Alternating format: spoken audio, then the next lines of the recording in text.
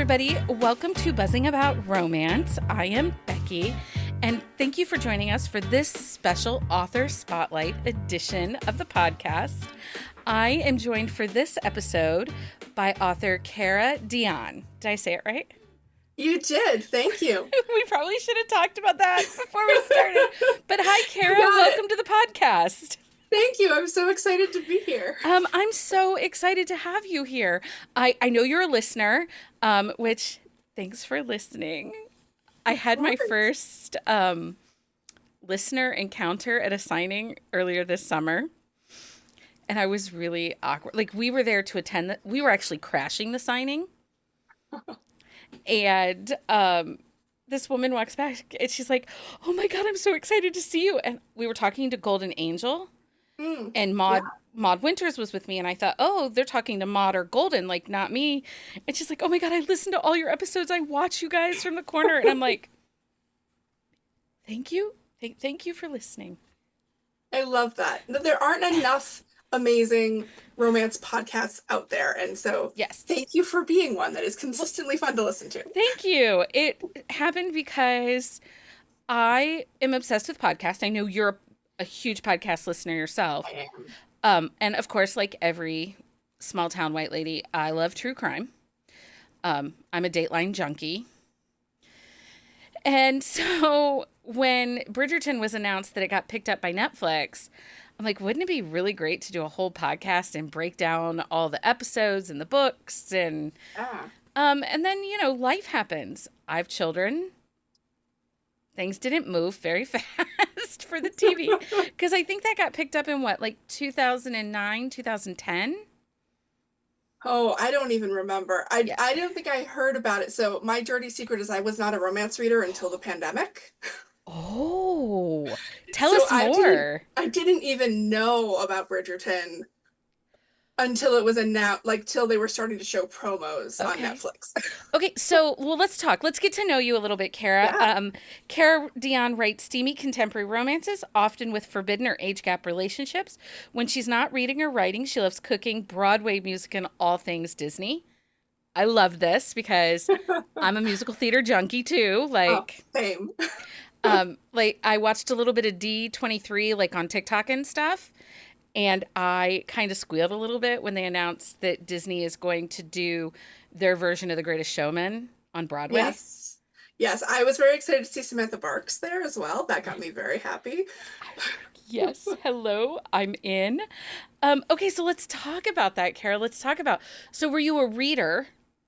Yes, so I have my master's in lit. And so I was a literary fiction snob. As one is. Shakespeare, Fitzgerald, Hemingway, that was my jam. And honestly, got married, had a kid, and was like, I don't have time to be trying to figure out what the hell Fitzgerald was saying in his unfinished novel. That's not fun. And so I stopped reading and then was really sad that I wasn't reading. And during the pandemic, I had a 2-year-old at home and was working remotely, as we all were, in my day job, and just felt really disconnected from who I was as a person and not just a mom. And I was like, you know what? I'm going to read something that I would never read. And so I went on Kindle, on the app on my phone, because I didn't even have a Kindle yet, and was like, what looks fun? What looks totally off the wall, nothing I would ever read? Well, as every good former Catholic schoolgirl does, I downloaded Priest by Sierra Simone. Oh, so you went in and you just dove off the high dive and said, hello, trauma, I'm coming for you. And I had no idea, but I couldn't stop reading it. And then I was stumbling around with these other books that I was finding. Was why are they not punching me in the gut the same way? I was like, oh, because Sierra's different. Sierra is a whole class unto her own. But I was hooked, and I don't think I've read a single non-romance since. Yeah. So. It's always amazing to me. So, as a young reader, were you a Babysitter's Club, a Sweet Valley High, or were you more Boxcar Children's, Nancy Drew, Hardy Boys, maybe the Beverly Cleary? Yeah, I was a Beverly Cleary, Avi. I read all the Avi books. Like that was my Catherine called Birdie, and like that was my jam. And then I got really into historical fiction Okay. and read all these like massive 800-page Margaret George books. But I kept going back to like um the author who wrote The Other Boleyn Girl, which is like it's basically a romance just without an HEA, you know. Yeah. So I kept going to all these like where the romantic plot was the main plot. They just never ended happily. And I was like, well, this is very unsatisfying. Very unsatisfying. But it hadn't occurred to me. I read one romance novel in high school. Like I said, I went to Catholic school, and a girl in my class smuggled in one of her mother's Harlequins, and it got passed around every single The girl in the class. scandal.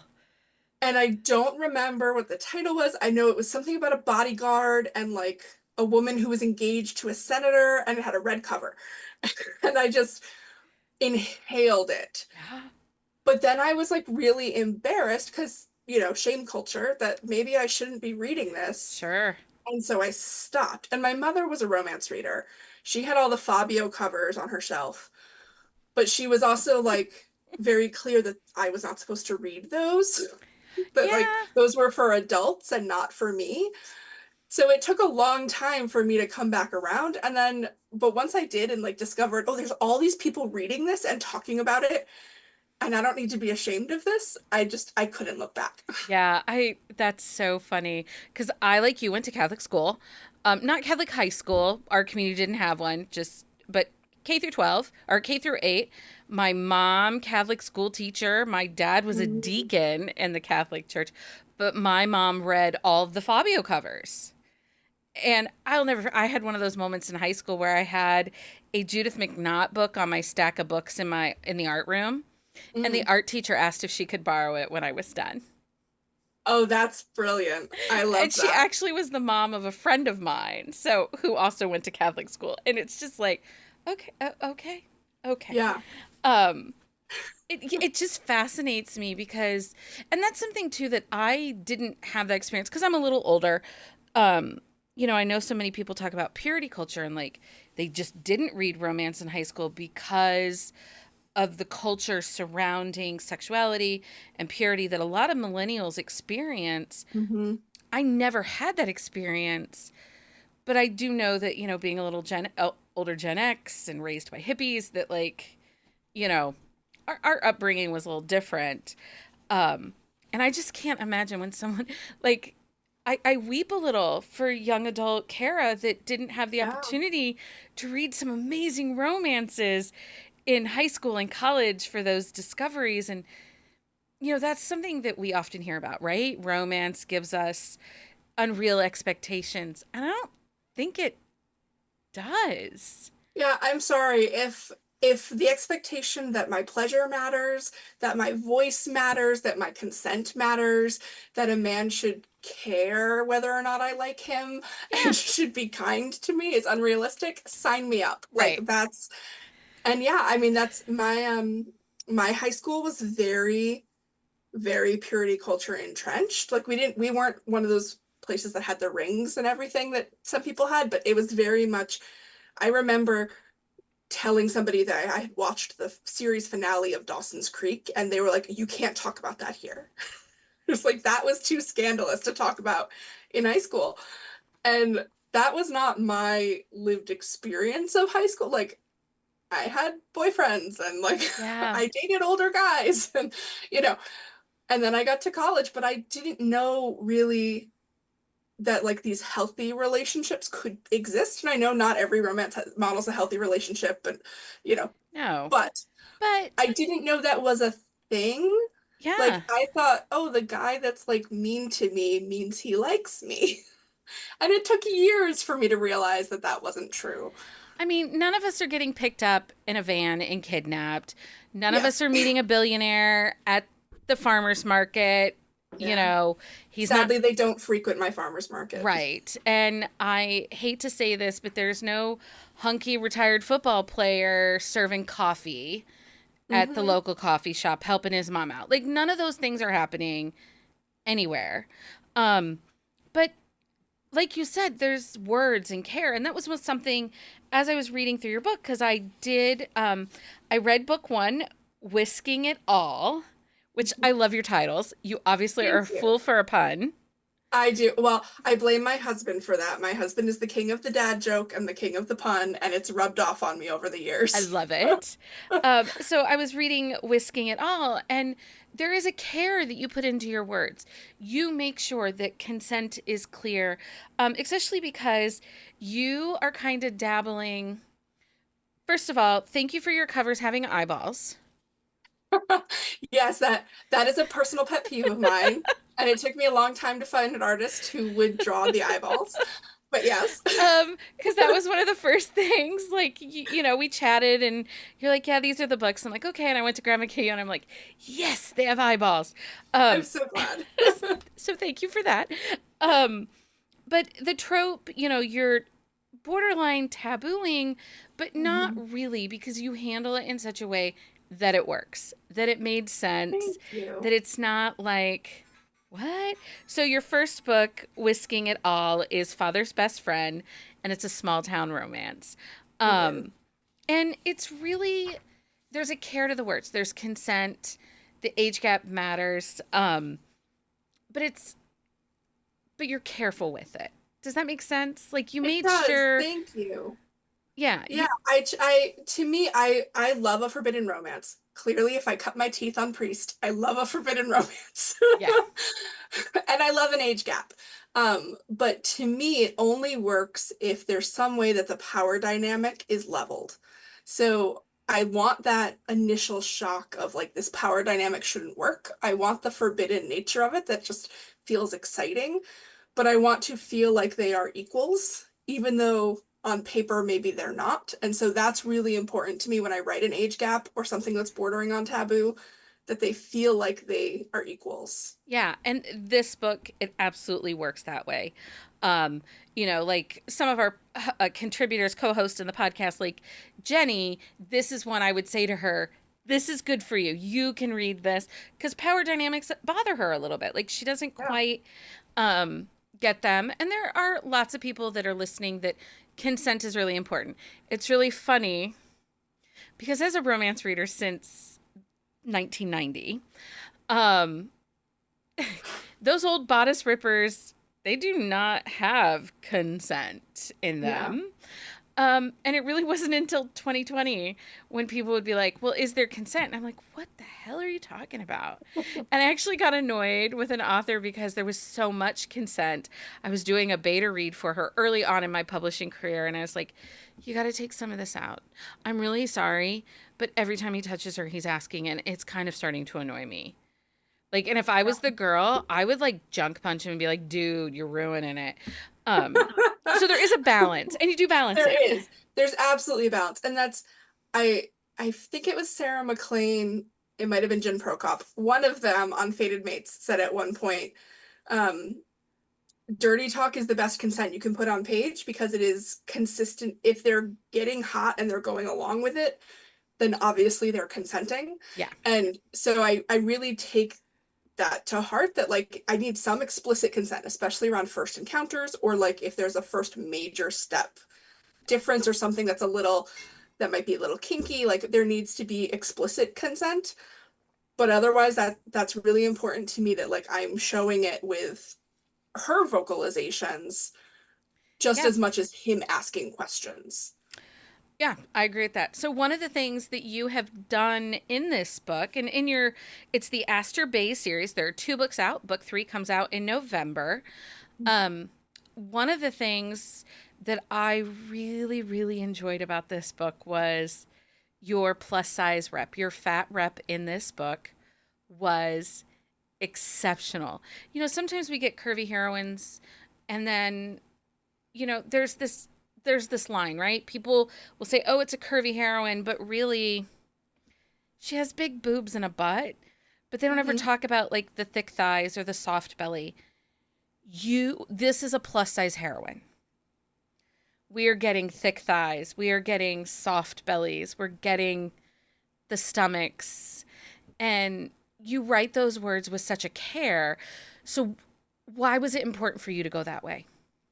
Yeah, so this is something that's really important to me, and I'll say not all my heroines are explicitly plus size, but I think I've only written one woman who explicitly wasn't, and that's because she was a Broadway dancer and like it made sense for her character to not be explicitly plus Right. size.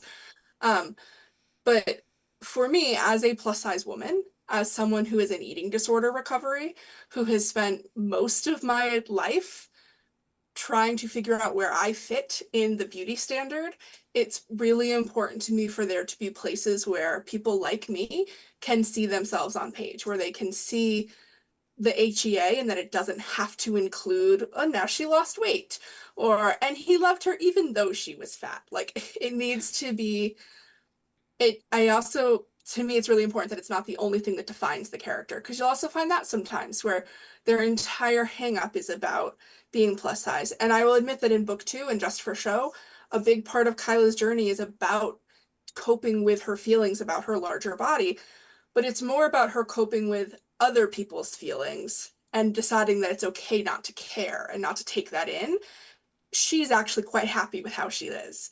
And so there's a kind of a nuance to that. It's important to me that people can see themselves on page and can know that we are worthy of love and we are worthy of pleasure and we are beautiful, even if we are not the Kate Moss beauty standard. Yeah. Well, and I've talked with author Amy Award, who is writing her plus size curvy heroines right now, and there seems to be a little bit of backsliding culturally right now with body acceptance Mm-hmm.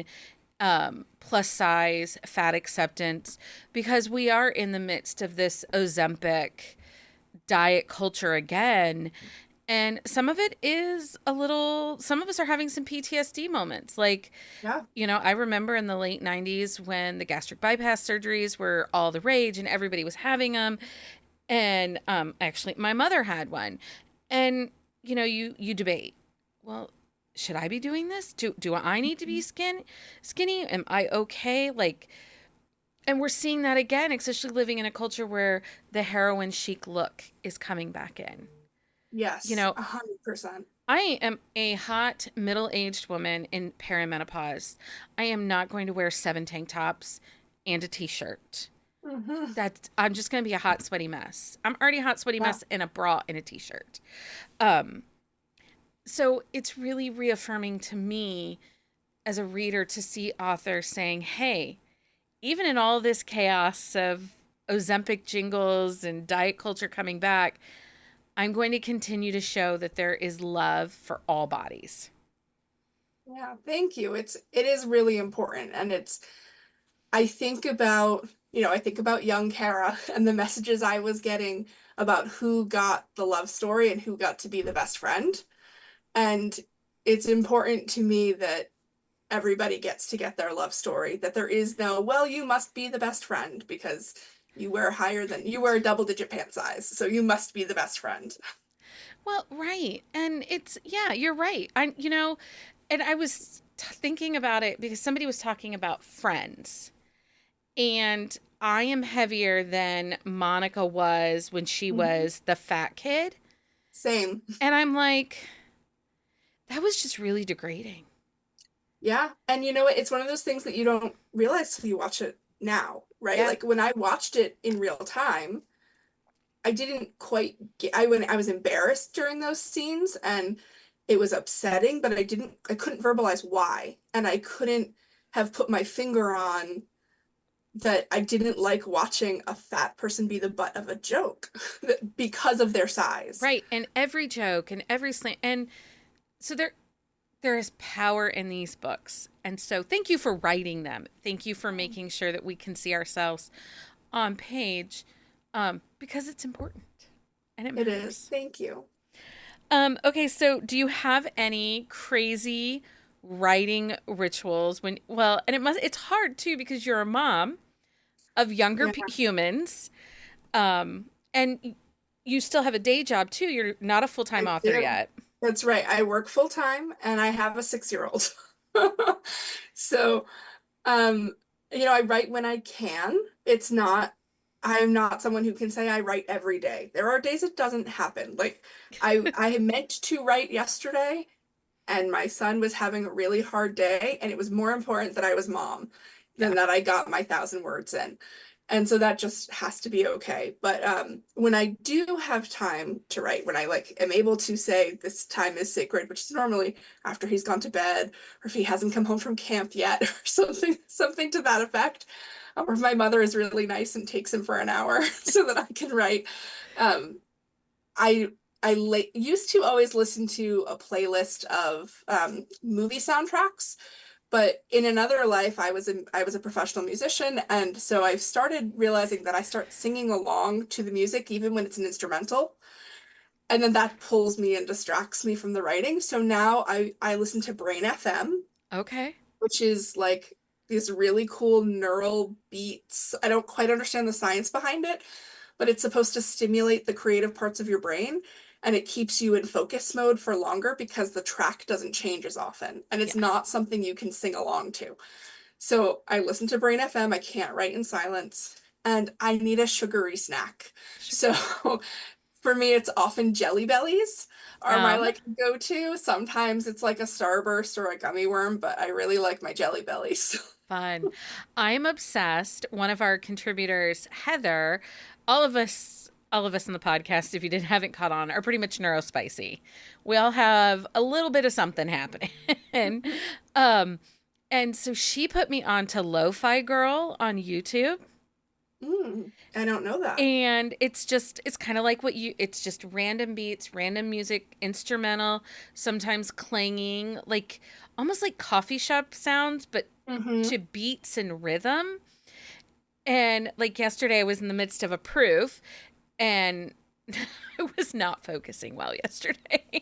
I don't think I took enough caffeine yesterday.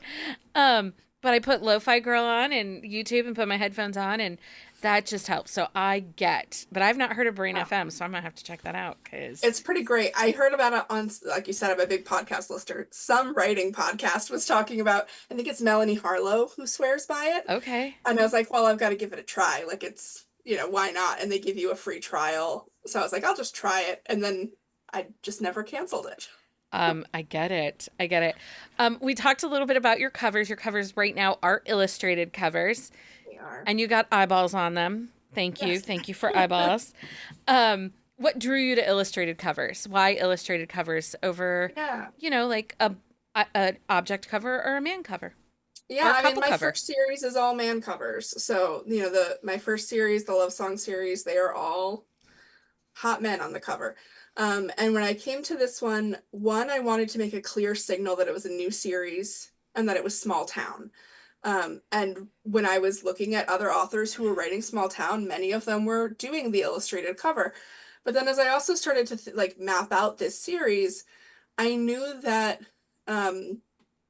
Tessa in book one is Portuguese, and it was important to me to have a heroine whose skin tone reflected that she was not just, as white can be like me. Um, and then, pale as a sheet.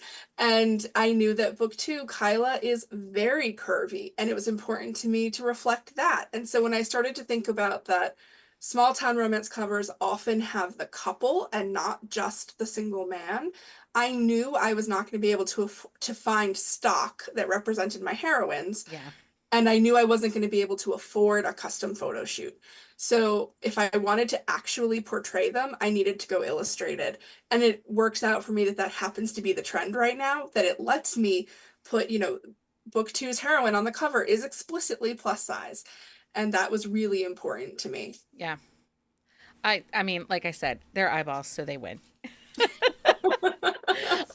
I'm a fool for illustrated cover, and I loved them when they first started coming out. I love them. But, if you've listened to the podcast, you've heard me talk about I get confused with some of the blurry face without definition. Yeah. And I like a man chest, and people have opinions. I mean, if I had my way, we would go back to the clinch cover, ripped bodice, Yes. like, Yes. give me Fabio. Yeah, Give me no, and him. that's actually another reason I wanted the illustrated covers, because I wanted my couples in a much more clinchy pose. Yeah. And that was not something I was going to be able to get in a photo, especially not in a stock photo. And so I was like, you know what? This just makes sense to me. I love an illustrated cover. I certainly have some I prefer over others, but I also love a man chest. To me, Yeah. it's like if it's a good cover and it represents the book, I don't really care what the format is. But yeah, I love those oil painted looking Well, those are old so school do you know those covers. are actually are oil No, paintings? I did not know They that. are. And a couple of years ago, one of the originals came up. I'm not sure whose it was. I think it was a Joanna Lindsay one, came up for auction. It sold for $20,000. The original, they were in the offices of the publishing houses. They would just have these old oil paintings, and then they would slowly take pictures of them and scale them down to print. And Wow, then that's amazing. watercolor and, paint in the pictures after they had been scaled down to turn them into book covers. That's amazing. Yeah. We did a whole episode on covers. Like, All right. I will have to go back and listen to that one. I have a problem with cover. I mean, yeah. Like, I have recently we've been going to like garage sales looking for books because I'm obsessed with the old mass market clinch covers, step backs, all those kinds of things, and I need them Yeah, all. And there's like a warehouse, a used book warehouse close to where I live. I say close. It's like an hour and a half, 2 hours away. it's not that far. And my husband's always like, "Do you need to go to the book warehouse?" I'm like, "Yes." Can we please go to the book warehouse? A book's $1.25 or $1. Oh, Like, yeah. and for the Well worth mass it. markets, they're like 50 cents a piece. I mean, I have to Well collect worth it. all the covers. Um, do you have a favorite trope? I mean, age gap is obviously my favorite to write. It is certainly the thing I gravitate towards to read. Um, yeah, I think age gap is my favorite. I love a good age gap, and I'm excited for just the show because it's ex-boyfriend's father. It is, yeah. Yeah. I mean, sign me up. Just for show as ex-boyfriend's father in a bachelor style reality show, which just was a great excuse for me to, for the first time in the 20 something year history of that show, to watch The Bachelor. And now I'm, of course, obsessed Of and course. can't stop watching it and listening to recap podcasts. But it was just really fun. It was like, in what scenario could I put these two together where they are on kind of a level playing field and where they like have to date? Yeah. So it's not that they're like sneaking around, it's they have to Yeah, date. it's the rules of the show. There are Yeah. rules. You can't break the You rules. have to just do what you're told, man. Like, and if that means you have to date your ex-boyfriend's hot dad, then you have to date your ex-boyfriend's hot dad. It's the rules. Yeah, So Whisking It All and Just for Show are both out right now in this Astor Bay series, and they're in Kindle Unlimited. But they are. what's next? Because you have book 3 coming out. Yes, book 3 comes out November 8th, and it is called First Comes Marriage. It is Baz's book, who we see in the first two books. The series is built around this group of four friends, four male friends. And it is a woke up married fake relationship ex-fiance's little sister book. Love it. I cannot wait. I'm super excited for this. Um, Cara, thank you so much for coming and hanging out with me for this special episode. Thank you for having me. This was great. My pleasure. And we are super excited to see First Comes Marriage when it comes out in November because I love a wake up married. I love it. Me too. Love it. Oh my goodness. Cannot wait. You guys, make sure you check out our On the Shelf show notes for all the places to follow Cara and to sign up for her newsletter and all that good stuff. Again, thank you so much for joining me. Thank you. Until next time, everybody, happy reading. Find us on Instagram at Buzzing About Romance or on Twitter at Buzzing Romance. If you like the podcast, please leave a review. If you'd like to support us directly, join the Bookcase and Coffee Patreon and receive exclusive content only available to Patreon members. Check out bookcaseandcoffee.com for our on-the-shelf show notes.